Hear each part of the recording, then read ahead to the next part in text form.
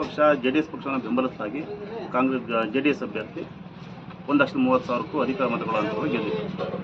ಈ ಸಾರಿ ವಿಶೇಷವಾಗಿ ಇವರು ಕಾಂಗ್ರೆಸ್ ಪಕ್ಷ ಗೆಲ್ಲಿಗೆ ಕಾರಣಗಳೇನಪ್ಪ ಅಂದರೆ ಹಾಸನ ಜಿಲ್ಲೆಯ ಕಡೂರು ಸೇರಿದಂಗೆ ಈಗ ಲೋಕಸಭಾ ಕ್ಷೇತ್ರದಲ್ಲಿ 4 ಲಕ್ಷಕ್ಕೂ ಅಧಿಕ ದಲಿತ ಸಮುದಾಯ ಇದೆ.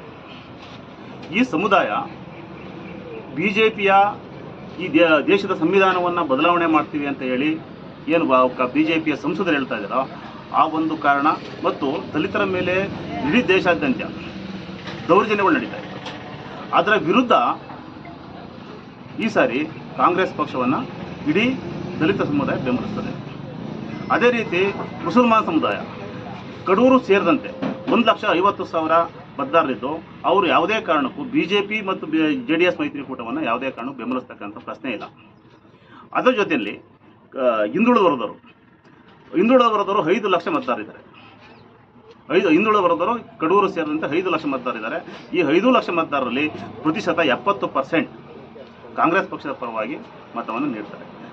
ಅದರ ವಿಶೇಷವಾಗಿ ಸಿದ್ದರಾಮಯ್ಯರು ಕೊಟ್ಟಿರ್ತಕ್ಕಂಥ ಕಾರ್ಯಕ್ರಮಗಳ ಆಧಾರದ ಮೇಲೆ ಜನರಿಗೆ ವಿಶೇಷವಾಗಿ ಬಡವರು ಜಾಸ್ತಿ ಯಾರಪ್ಪ ಇದ್ದಾರೆ ಅಂದರೆ ಹಿಂದುಳಿದವರು, ದಲಿತರು, ಅಲ್ಪಸಂಖ್ಯಾತರಲ್ಲಿ ಜಾಸ್ತಿ ಬಡವರಿದ್ದಾರೆ. ಅವ್ರಿಗೆ ಜಮೀನಿಲ್ಲ, ಸಣ್ಣ ಪುಟ್ಟ ಕೆಲಸ ಮಾಡ್ತಾರೆ. ಅವರವರ ಆ ಬದುಕನ್ನು ಜೊತೆಗೆ ಸಿದ್ದರಾಮಯ್ಯರು ಕೊಟ್ಟಿರ್ತಕ್ಕಂಥ ಕಾರ್ಯಕ್ರಮಗಳಿಂದ ಅವ್ರಿಗೆ ಅನುಕೂಲ ಆಗಿದೆ. ಹಾಗಾಗಿ ಈ ಸಮುದಾಯಗಳು ಹೆಚ್ಚಾಗಿ ಕಾಂಗ್ರೆಸ್ ಪಕ್ಷವನ್ನು ಬೆಂಬಲಿಸ್ತವೆ. ಅದರಲ್ಲೂ ಜೊತೆಯಾಗಿ ಇನ್ನು ಶ್ರೇಯಸ್ ಪಟೇಲ್ ಕೂಡ ಒಕ್ಕಲಿಗ ಸಮುದಾಯ ಇರೋದ್ರಿಂದ ಜೊತೆಗೆ ಒಕ್ಕಲಿಗ ಸಮುದಾಯ ಈ ಜಿಲ್ಲೆಯಲ್ಲಿ ಎಲ್ಲರೂ ಕೂಡ ಸಮಾನತೆಯನ್ನು ನೋಡ್ತಕ್ಕಂಥ ಒಂದು ಸಮುದಾಯ. ಆ ಸಮುದಾಯ ಯಾವುದೇ ಕಾರಣಕ್ಕೂ ಒಂದು ಪಕ್ಷದ ಪರ ನಿಲ್ತಕ್ಕಂಥ ಪ್ರಮೇಯ ಬರೋದೇ ಇಲ್ಲ.